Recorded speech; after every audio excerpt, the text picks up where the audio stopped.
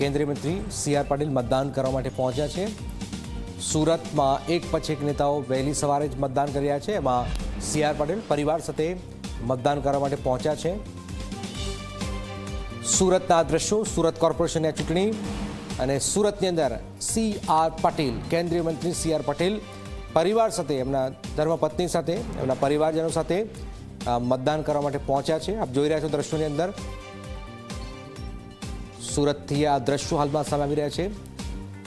સુરતમાં એક પછી એક નેતાઓએ વોટ આપ્યું છે, જેમાં આપ જોઈ રહ્યા છો સી આર પાટીલ આ પહેલા હરસંઘવીએ મતદાન કર્યું છે, શિક્ષણ મંત્રીએ મતદાન કર્યું છે અને હવે કેન્દ્રીય મંત્રી સી આર પાટીલ પરિવાર સાથે વોટ આપવા માટે પહોંચ્યા છે। સુરત કોર્પોરેશનની આ ચૂંટણી અને ખૂબ જ મહત્વપૂર્ણ ઘટનાક્રમ છે। સુરત આ એક જ એવું કોર્પોરેશન જે છે કે જે ભાજપ કોંગ્રેસ વચ્ચે મુકાબલો નથી, ભાજપ આપ વચ્ચે મુકાબલો છે અને સી આર પાટીલ મતદાન કરવા માટે પહોંચ્યા છે। ચેતન જોડે, ચેતન, સી આર પાટીલ મતદાન કરવા માટે પહોંચ્યા છે, શું આપ જોઈ રહ્યા છો ત્યાં? જી બિલકુલથી સ્થાનિક સ્વરાજની ચૂંટણીને લઈને મતદાનની જે પ્રક્રિયા છે તે વહેલી સવારથી જ શરૂ થઈ ગઈ છે। જે લોકો છે તે લોકોમાં અનેરો ઉત્સાહ જોવા મળી રહ્યો છે। ત્યારે કેન્દ્રીય જળસંચય મંત્રી સી આર પાટીલ પોતાના જે પરિવાર છે તેમની સાથે મતદાન માટે આવી પહોંચ્યા છે। આપ જોઈ શકો છો સી આર પાટીલની સાથે તેમની માતા અને પત્ની પણ જે મતદાનની જે પ્રક્રિયા છે તેમાં જોડાયા છે અને પોતાનો જે કિંમતી વોટ જે છે તે આપવા માટે અહીં પહોંચ્યા છે। ખાસ કરીને સી આર પાટીલ સાથે જે રીતે વાતચીત થઈ હતી તેમને સ્પષ્ટપણે જણાવ્યું હતું કે લોકો પહેલા વોટ આપે અને ત્યારબાદ જ ચા નાસ્તો કરે। હાલમાં સુરતની વાત કરીએ તો 24.76 લાખ જેટલા જે મતદારો છે તે નોંધાયા છે અને 30 વોર્ડમાં 120 જેટલી જે બેઠકો છે તેમાં જે તમામ જે પક્ષો છે તે જીતવા માટે એડી ચોટીનું જોર લગાવી રહ્યા છે।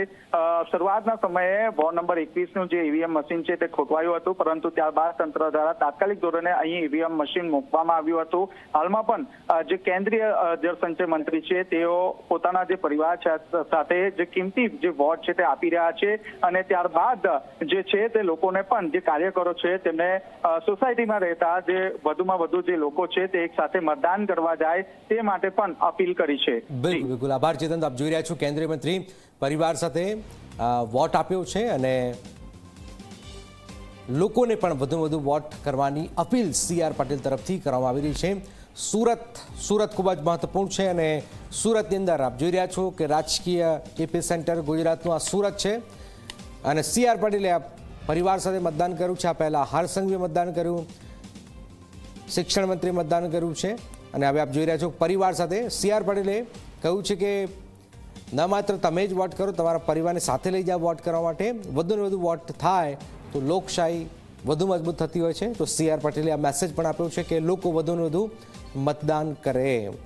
સુરતના દ્રશ્યો, કેન્દ્રીય મંત્રી સી આર પાટીલે મતદાન કર્યું છે।